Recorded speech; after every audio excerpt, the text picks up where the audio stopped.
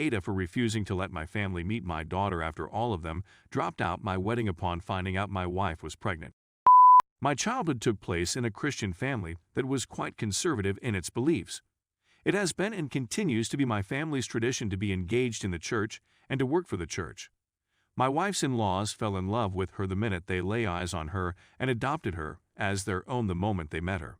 It was after we had been engaged for 2 years that we realized she was pregnant. We had been dating for 2 years at the time.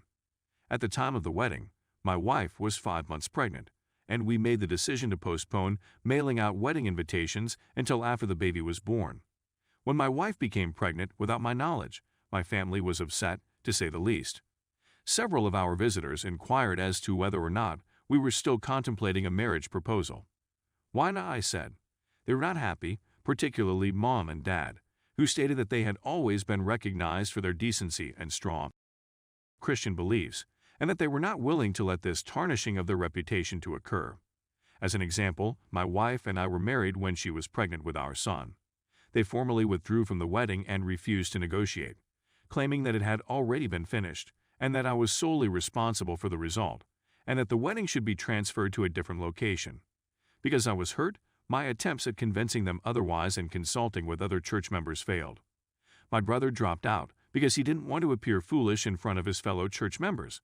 My aunt pretended to be sick and said she might not be able to make it, despite the fact that she is perfectly healthy. My cousin said he had a business trip and prevented his wife and children from attending. My uncle cursed me out, tore the invitation, and kicked me out of the church. After the ceremony, I was overcome with emotion and broke down in tears. I haven't talked to them in months, since I have been preoccupied with the growth of my 4-week-old kid. My cousin approached me and presented me with presents and well wishes for my family in celebration of the birth of my kid, which I much appreciated.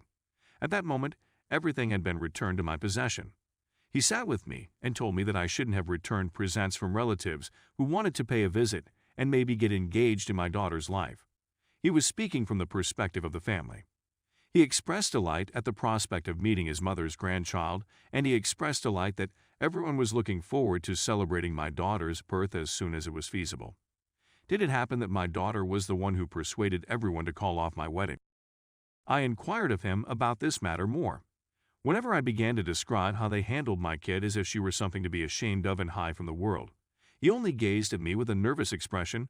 My daughter at some point will ask about the wedding, and I have no intentions on lying to her. And he insisted that no matter what happened between us, I would never be able to deny that my kid is their granddaughter/niece/ etc., and that they are her family, no matter how much time passed between us. I, on the other hand, declined his request that I make arrangements for them to pay them a personal visit. Although he persisted in his pursuit of the notion, I refused to consider it any further. My wife, on the other hand, urged me to allow them in, which I first refused to do.